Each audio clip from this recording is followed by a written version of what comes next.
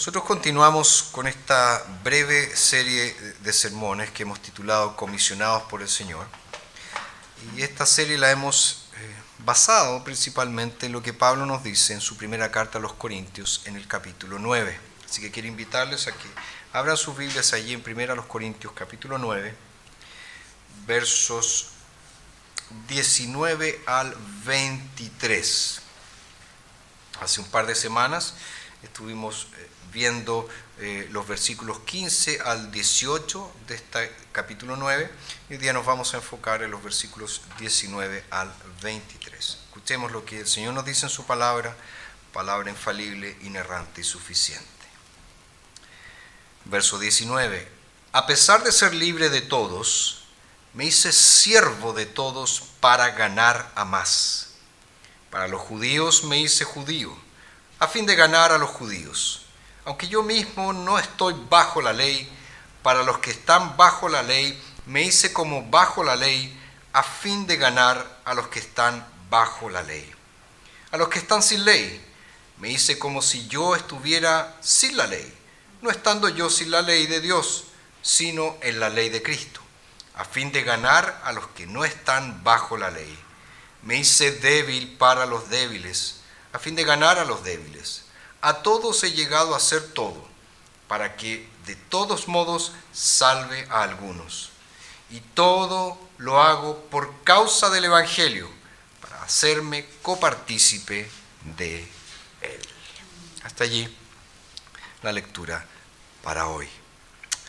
Como ya les mencionaba, nos vamos a detener en estos versículos 19 al 23. Y si ustedes recuerdan el sermón anterior de esta sección, vimos que Pablo está defendiendo en este capítulo 9 su ministerio. Él no iba a aceptar un pago por parte de los corintios. Algunos de ellos, obviamente, sintieron que eso era motivo para socavar el ministerio del apóstol. Y comenzaron a insinuar que en realidad no se debía confiar en Pablo. Después de todo, decían, él no es un verdadero apóstol. Por lo tanto, durante la mayor parte de este capítulo 9, Pablo ha estado defendiéndose y explicando por qué él ha desarrollado cierta estrategia, por qué él ha desarrollado cierto enfoque y por qué también él no aceptó ningún tipo de pago, ningún tipo de remuneración financiera cuando estuvo al principio en medio de los corintios. Y al llegar a esta última sección del capítulo, se nos da una visión del ministerio de Pablo. En los versículos 19 al 23 que acabamos de leer, vemos a Pablo mirando hacia los demás, mirando hacia afuera, y comparte con nosotros aquí ciertos principios misionales, que son muy importantes que los captemos. Luego, en la sección que va de los versos 24 al 27, que Dios mediante veremos la próxima semana, Pablo ya no está mirando hacia afuera, sino que él se vuelca hacia adentro, se vuelca hacia sí mismo y nos muestra sus prioridades personales, Entonces lo que hoy vamos a ver son sus principios misioneros, principios misionales, y Dios mediante la próxima semana vamos a ver las prioridades personales de Pablo. Todo ello ¿para qué? Para que podamos entender cómo debemos hacer misión donde Dios nos ha puesto. Cómo debemos predicar el Evangelio en el lugar donde el Señor nos ha puesto para anunciar la preciosa salvación en Cristo Jesús. Por lo tanto, si vamos a ser fieles como iglesia, aquí en la ciudad de Curicó, si vamos a ser siervos eficaces, fieles, fructíferos, siervos de Cristo, tanto en nuestra vida privada como en nuestra vida pública, necesitamos grabar en nuestra mente las verdades que Pablo enseña aquí al final de 1 Corintios capítulo 9. Y creo que esta parte de la carta es muy importante para nosotros, particularmente en los días que vivimos como iglesia. Fíjense que la evangelización hoy en día es un asunto bastante controvertido. ¿A qué me refiero? Cada vez más se torna común en nuestra cultura, en nuestra sociedad, considerar a la evangelización como un discurso de odio. Sin duda, hay algunos ejemplos de personas que presentan a Jesús utilizando medios intolerantes, utilizando medios incluso coercitivos. Y nosotros ciertamente queremos distanciarnos de ese tipo de personas.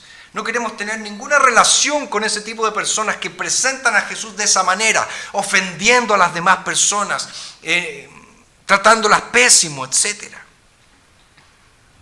Pero incluso una proclamación del Evangelio que es gentil, cuidadosa, amorosa, pero fiel, a menudo se topa con una mala reacción por parte de los oyentes. A veces una reacción de enojo y la mayoría de las veces una reacción profundamente intolerante. No me vengas con nada de eso de la religión cristiana. Yo no quiero saber nada de eso. Ustedes son los que persiguen a la gente. Ustedes son los que matan a la gente. A todos aquellos que piensan diferente a ustedes. ¿Y eso qué produce? Produce que muchos cristianos sean llevados a la timidez y no quieran hablar absolutamente nada acerca de Jesús. Además de todo esto, hay una serie de preguntas complicadas que nosotros necesitamos intentar resolver. Por ejemplo, ¿cómo podemos responder a las preguntas y preocupaciones particulares de esta generación con comprensión y cuidado, sin al mismo tiempo hacer tantos ajustes en el mensaje que distorsionemos el Evangelio por completo? Una buena pregunta. O por otro lado, ¿cómo podemos involucrarnos y mantenernos comprometidos con la misión, insistiendo en las demandas del Rey Jesús, llamando a todas las personas, en todas partes, a arrepentirse y venir a Él? ¿Cómo lo hacemos? ¿De qué manera lo hacemos? ¿Cómo soportamos el recelo y la hostilidad de muchos en nuestra sociedad? Recelo que tienen hacia la evangelización, sin debilitar por completo esta tarea que el Señor Jesús nos ha encomendado como iglesia. Entonces, fíjense, hay muchas preguntas que están involucradas en esta labor. Entonces, la evangelización en sí es un tema desafiante. Y si eres como yo, sentirás que necesitas toda la ayuda posible. Por lo tanto, nosotros tenemos que dar gracias a Dios por pasajes como este, como pasajes como 1 Corintios 9, 19 al 23, porque este es uno de los lugares en el Nuevo Testamento donde el apóstol Pablo nos ayuda a pensar cómo podemos ser fieles y al mismo tiempo flexibles al ministrar a otros las buenas nuevas de salvación en Cristo Jesús. De hecho, un erudito bíblico dijo que este pasaje se trata principalmente sobre el testimonio cristiano en el mundo. ¿Cómo, como hijos de Dios, damos testimonio de Cristo en este mundo? Así que aquí encontramos mucha ayuda en nuestra lucha por dar a conocer a Jesús a otras personas. Entonces, con esto presente, el tema para hoy es el siguiente: siendo siervo de todos. Siendo siervo de todos. Y acá hay tres cosas que vemos en particular en este pasaje. La primera de ellas es el imperativo evangelístico. El imperativo evangelístico. No sé si se dieron cuenta cuando leyeron cómo Pablo articula aquí su meta, articula aquí su objetivo. Él dice en los versos 19 al 23 5 veces que su objetivo es ganar personas para Cristo. Ese es su objetivo. Ganar personas para Cristo. Verso 19 dice, para ganar a más. En el verso 20 se propone ganar a los judíos, a los que están bajo la ley. En el verso 21, ganar a los que están sin ley. Verso 22, para ganar a los débiles. O sea, su gran objetivo en todo esto es ganar personas para Jesús. Por lo tanto, ¿qué nos enseña ya eso de inicio? Pablo no se limita a hacer propuestas amables en el mercado de las ideas. Personas que lanzan, ¿verdad?, casualmente sugerencias para que la gente las considere. ¿Qué te parece esto? Mira, ¿qué piensas acerca de esto? ¿Qué opinas de esto? Allí está, se los dejo para que reflexiones. No.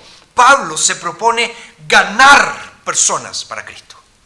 Ese es su objetivo, esa es su meta. Y la palabra ganar que utiliza Pablo aquí es bastante interesante. ¿Por qué? Porque tiene connotaciones financieras. Y dado este contexto que ya mencionamos del capítulo 9, donde Pablo estuvo discutiendo el por qué él rechazó este pago de parte de los corintios, sin duda todo esto está como trasfondo de la discusión.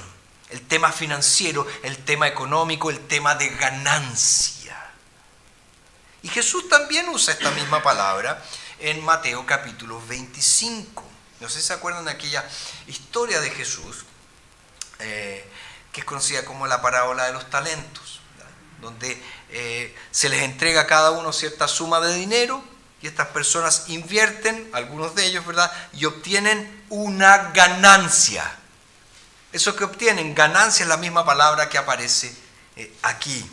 Entonces, Pablo claramente tenía un propósito bien concreto al utilizar esta palabra para referirse a captar personas para Jesús, ganar personas para Jesús.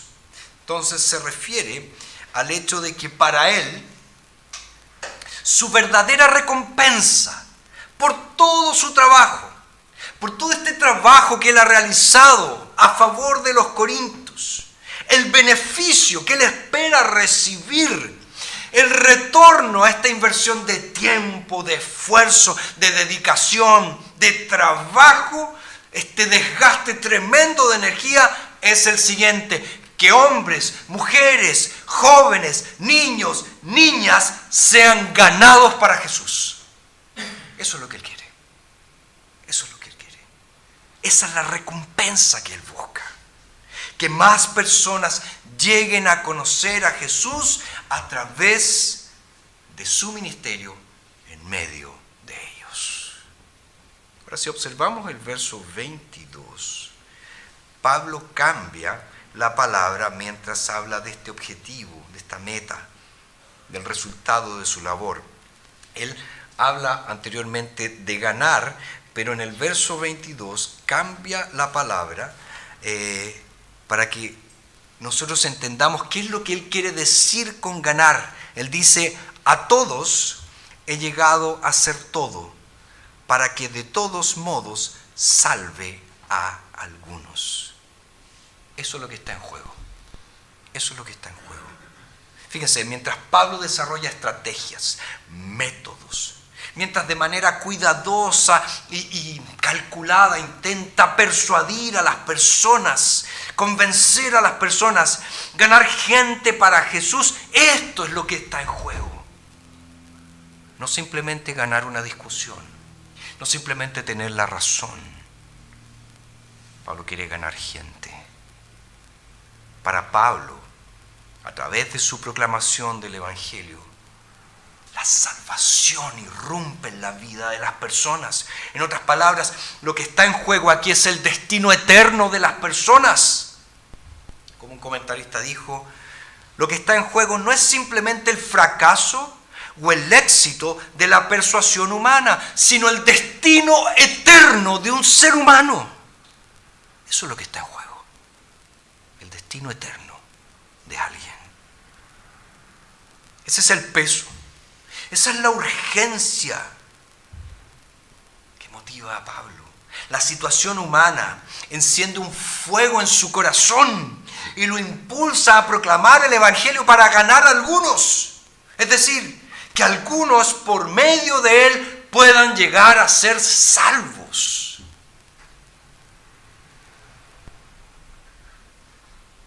significa eso entonces para nosotros como Iglesia Presbiteriana Cristo mi Salvador aquí en Curicó? Eso significa que nosotros no tenemos ningún mandato bíblico para hacer más presbiterianos. Jesús nos dijo, vayan por el mundo y hagan calvinistas. Nunca dijo eso. Ojo, ustedes saben, yo soy un presbiteriano convencido, absolutamente convencido de que es el sistema de gobierno que se enseña en la Escritura. Y también soy un firme calvinista. Creo que la teología reformada es la teología que se enseña en la Biblia. Por eso soy un ministro presbiteriano, un ministro reformado. Pero no es al presbiterianismo, no es al calvinismo que nosotros hemos sido llamados. Entonces debemos repudiar toda intención de aumentar roles de membresía y reclutar personas para la iglesia presbiteriana.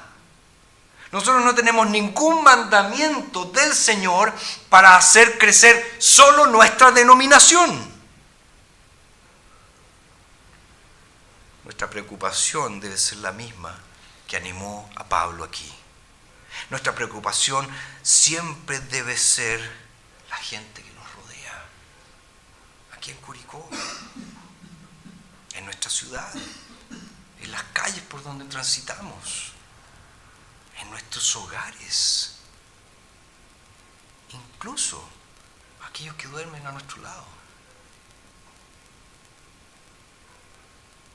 En nuestros lugares de trabajo hay hombres y mujeres que hoy van al infierno y no lo saben. En nuestros lugares de estudio hay jóvenes, niños, niñas, que van al infierno y no lo saben. Creo que eso de verdad debería romper nuestro corazón. Y yo tengo que arrepentirme, yo no sé ustedes, pero yo tengo que arrepentirme por lo poco que eso rompe mi corazón. Nuestra preocupación debiera ser que hoy existen innumerables personas en nuestra ciudad, en nuestro país, que tienen almas imperecederas y que están perdidas sin Dios, y están sin esperanza en el mundo. Insisto, nuestra preocupación no es reclutar más gente para nuestro club, sino hacer todo lo que podamos, por todos los medios, para ganar personas para Cristo Jesús. Que de cualquier manera, como dice Pablo, pueda salvar a alguno. Esa fue la gran preocupación de Pablo. Y creo que Dios en las Escrituras nos está llamando a tener exactamente la misma preocupación. Mira para el lado, mira a tu alrededor. Mira nomás, mira. No tengas miedo, miren. Nadie los va a mirar feo, mira. Mira alrededor. Está lleno de sillas vacías aquí. Lleno. Y el asunto, ojo, no es llenar estas sillas con cristianos que no se congregan en Curicó.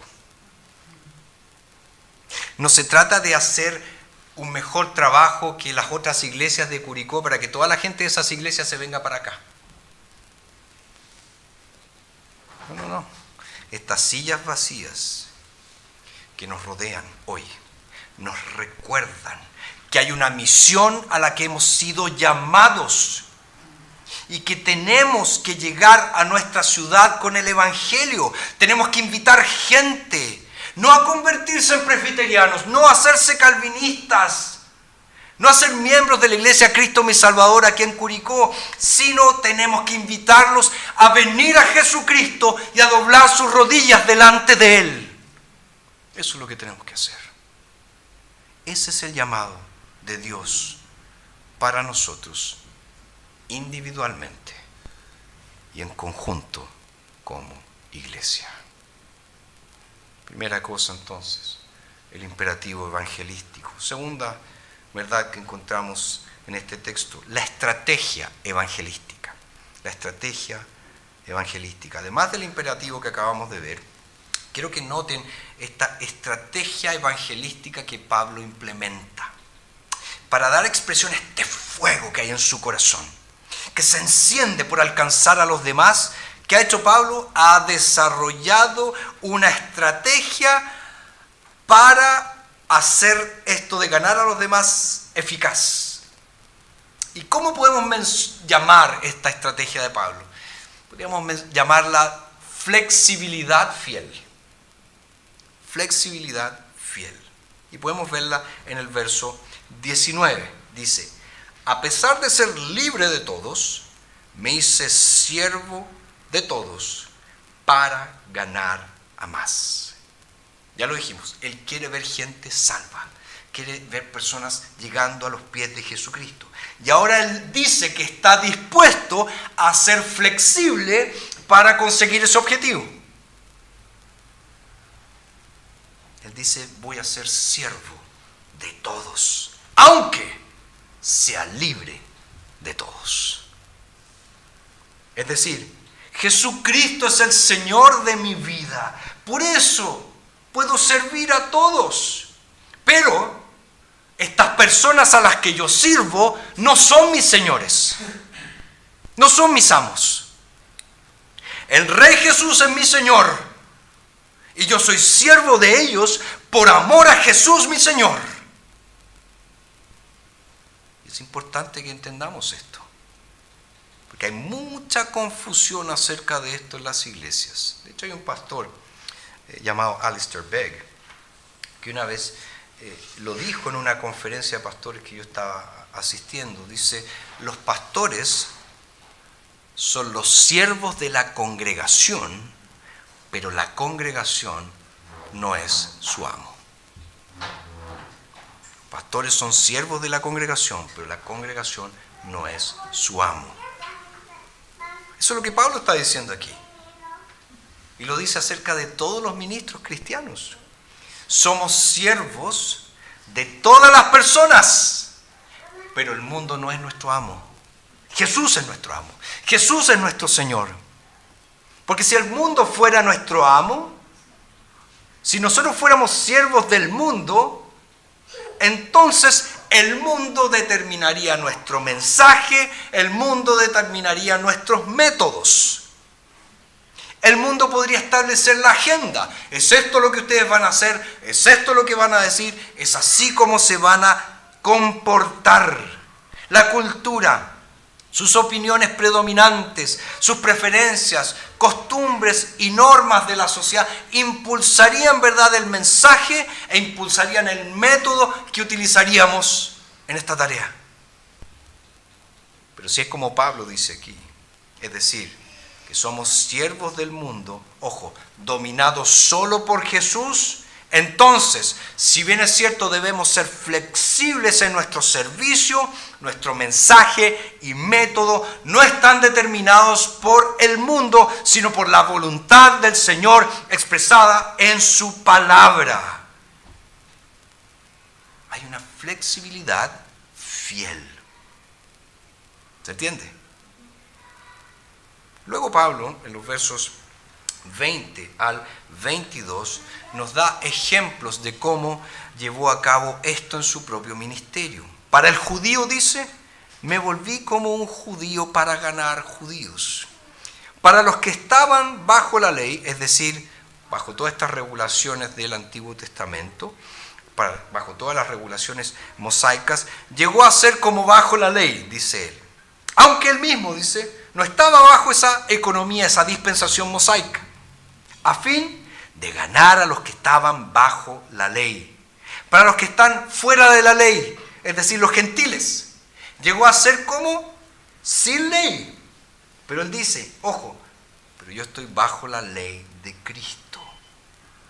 Para los débiles me volví débil. ¿Para qué? Para ganar a los débiles. Entonces Pablo está diciendo aquí, en resumen, con mucho gusto voy a renunciar a mis derechos Y estaré junto a los débiles para ganar a los débiles.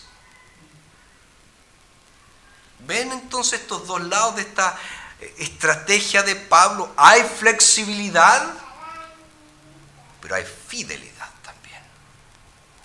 Es muy flexible, aunque ahora ha llegado a comprender a través del Evangelio que Cristo ha cumplido las leyes ceremoniales de la ley mosaica, cuando Él está ministrando en medio de judíos, es flexible. Es decir, se adapta adopta estas costumbres judías que para Él en realidad dice, no significa nada porque ya están cumplidas en Cristo, pero las voy a cumplir por ellos. ¿Para qué? Para ganarlos, para Cristo.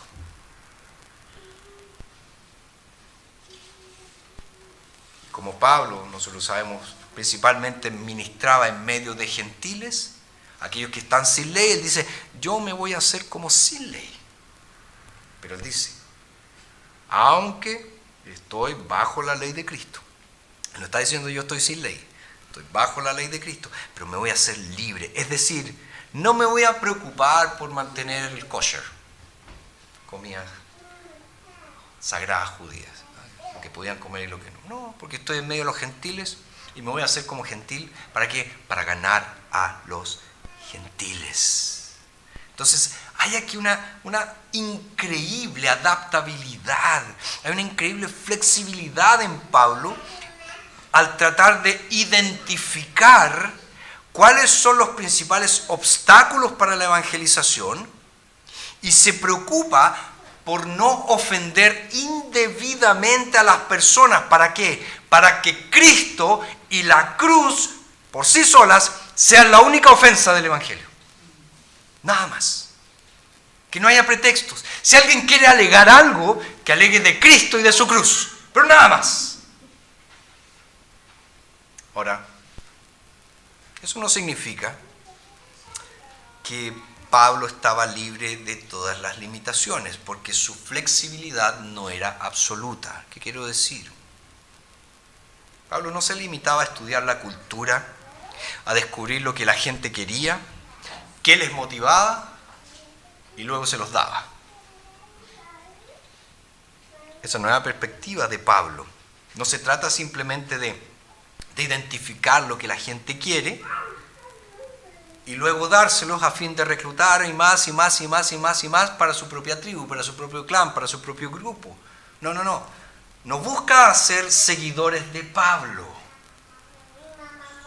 Pablo está bajo la ley de Cristo, dice. Él era un prisionero de la verdad en Cristo. Jesús dictaba y gobernaba tanto el mensaje como el método, los límites de lo que es y no es aceptable, tanto por lo que Él dice como por su forma de vivir. Entonces Pablo no es libre de elegir aquellos énfasis en el mensaje que son menos o más ofensivos, ni tampoco es libre de descartar partes ofensivas y predicar solo las partes inofensivas del Evangelio. Como personas por ahí dicen, no vamos a hablar del pecado porque el pecado ofende a la gente. Hablemos de otras cosas, hablemos de felicidad, hablemos de amor, hablemos de prosperidad, porque pecado no. La gente se ofende y se manda a cambiar. Pablo dice, no, yo no puedo hacer eso. Porque si bien es cierto soy flexible, mi flexibilidad tiene un límite. ¿Cuál es ese límite? Lo que Dios dice en su palabra, que es el contenido del mensaje del Evangelio. Entonces no es libre para ajustar como Él quiera el Evangelio.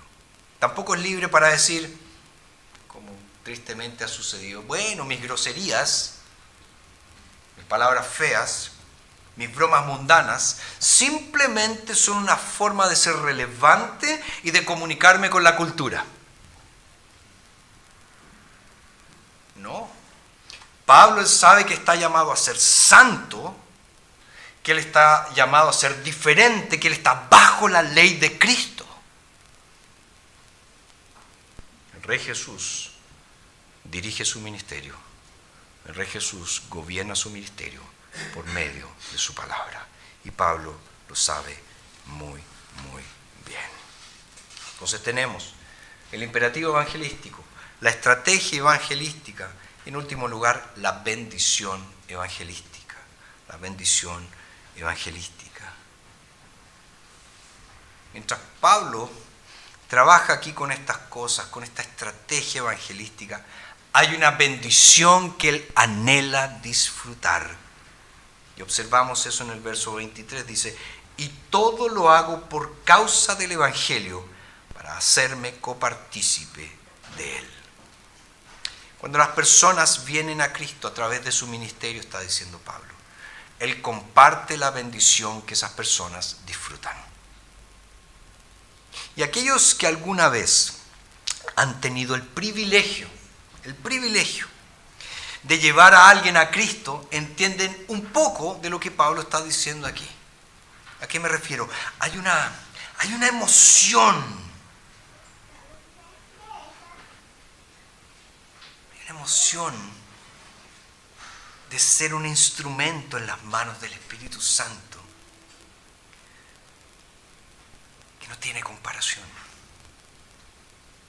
Es emocionante cuando los cristianos prueban lo emocionante que es llevar a otra persona a los pies de Jesucristo.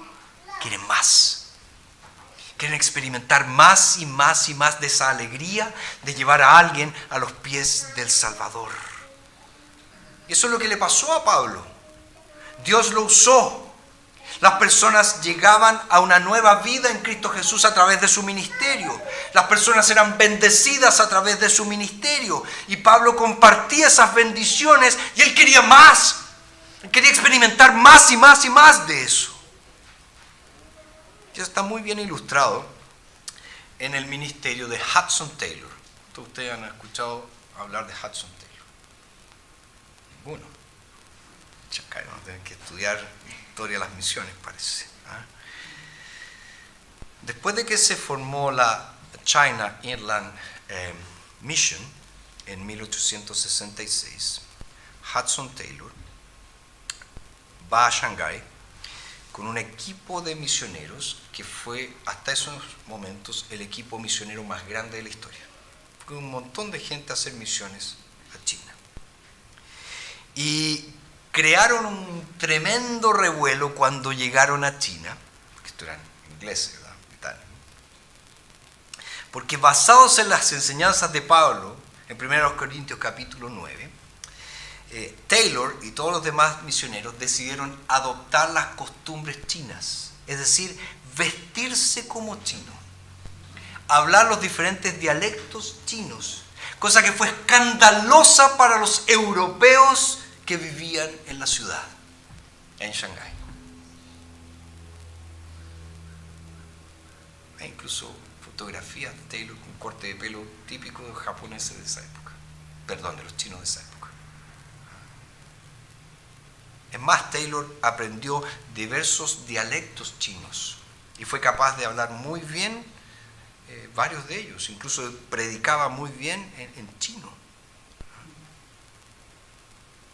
Y él, haciéndose eco entonces de las palabras de Pablo, dijo lo siguiente: seamos como los chinos en todo lo que no sea pecaminoso. Seamos como los chinos en todo lo que no sea pecaminoso. O sea, ¿cuál era el anhelo? ¿Cuál era la pasión del corazón de Taylor? Alcanzar al pueblo chino para Cristo. Ganar a los chinos para Cristo. Así que decía él, en todo lo que no sea pecaminoso, seamos como los chinos. Taylor pasó 51 años en China. Se retiró a Suiza, pero después a los 73 años volvió nuevamente a China en su 11º viaje misionero allí, y ahí entregó su vida por causa del Evangelio. Está enterrado en China, a la orilla del río Yangtze, y está allí esperando la resurrección. Y a lo largo del ministerio de Hudson Taylor existe esta sensación de que él estaba tan apasionado, tan emocionado con Jesucristo, con las buenas nuevas de salvación en Cristo Jesús, y ante esta perspectiva de que el pueblo chino pudiera abrazar el evangelio que él dijo una vez. Si tuviera 1000 libras, 1000 libras a mediados del siglo XIX era una cantidad enorme de plata. Hoy día no tanto, pero era mucho. Si tuviera 1000 libras, China debería tenerlas. Si yo tuviera 1000 vidas, China debería tenerlas. Y después dice, no China, sino Cristo. ¿Podemos hacer demasiado para Él? ¿Podemos hacer lo suficiente por un Salvador tan precioso? Taylor estaba cautivado, fascinado por la gloria de Cristo y por las necesidades de los perdidos. Y la posibilidad de que el Rey Jesús lo usara para ver a hombres y mujeres, niños y niñas chinas, llegar a conocer al Salvador era lo que movía su vida. Hay un imperativo evangelístico de ganar almas que cautivó a Pablo y a Hudson Taylor. Yo me pregunto si ese imperativo evangelístico ha cautivado nuestro corazón. ¿Podríamos convertir esto en un motivo de oración permanente? Que podamos orar permanentemente para que Dios comience a conmover a nuestra iglesia y para que Dios empiece a apoderarse de nuestros corazones y a colocar allí este anhelo de ver pecadores en Curicó siendo salvos. Hay una estrategia evangelística también. Y ese es un desafío, incluso a veces incómodo, de la flexibilidad fiel. Y tenemos que hacer el arduo trabajo de descubrir qué significa esa estrategia, flexibilidad fiel para nosotros aquí en Curicó. ¿Cómo la implementamos? ¿De qué manera la implementamos? Somos flexibles, pero somos fieles. ¿Cómo lo hacemos? Recuérdense que también hay una bendición enorme, preciosa por el trabajo duro. Hay gozo, hay esperando. Ser instrumentos en manos del Redentor. Y fíjate qué gozo sería para tu vida ser, por así decirlo, la partera del nacimiento espiritual de otros. Pablo anhelaba ser ese instrumento en las manos de Cristo. Y aquellos de nosotros que lo hemos probado, queremos experimentarlo una y otra vez. Por tanto, mi oración, tanto por mí como por ustedes, es que Dios comience a despertar en nosotros, que es la Iglesia Presbiteriana Cristo mi Salvador, Curicó, empieza a despertar este fuego de ser un instrumento poderoso para alcanzar nuestra ciudad, para alcanzar nuestro mundo, para la gloria del Rey Jesús. Oremos. Te damos toda la gloria, toda la honra, toda la alabanza a ti, Señor.